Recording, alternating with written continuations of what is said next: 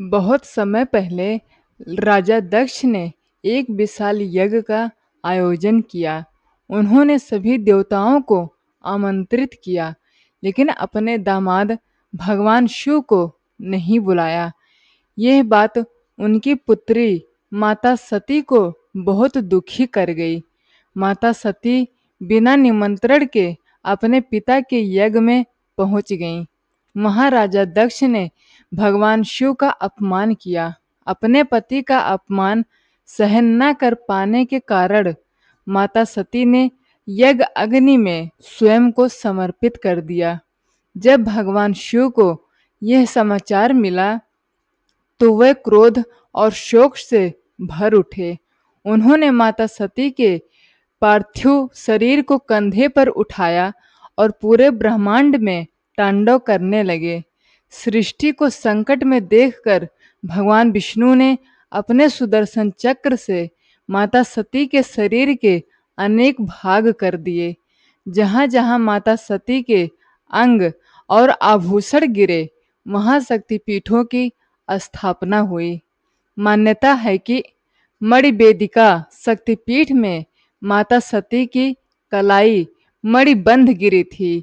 इसी कारण इस स्थान को मणिवेदिका शक्तिपीठ कहा जाता है। यह शक्तिपीठ पुष्कर में स्थित है।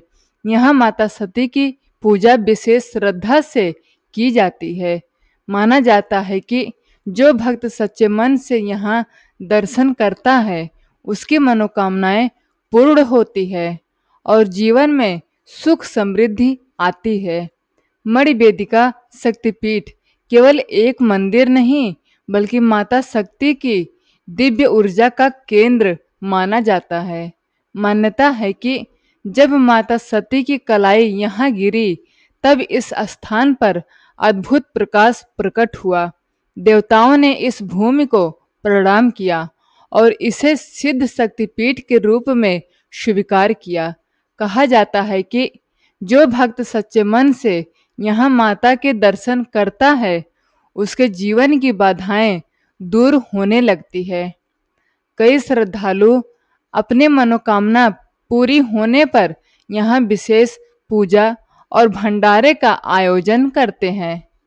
पुष्कर की पवित्र भूमि में स्थित यह शक्तिपीठ आज भी लाखों भक्तों की आस्था का केंद्र है।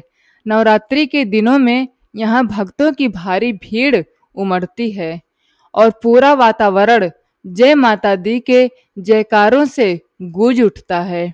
लेकिन क्या आप जानते हैं कि मणिवेदिका शक्तिपीठ से जुड़ा एक ऐसा रहस्य भी है जिसे बहुत कम लोग जानते हैं।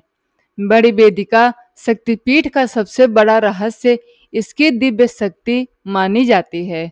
प्राचीन मान्यताओं के अनुसार इस पवित्र स्थान पर माता शक्ति सदैव अपने भक्तों की रक्षा करती हैं।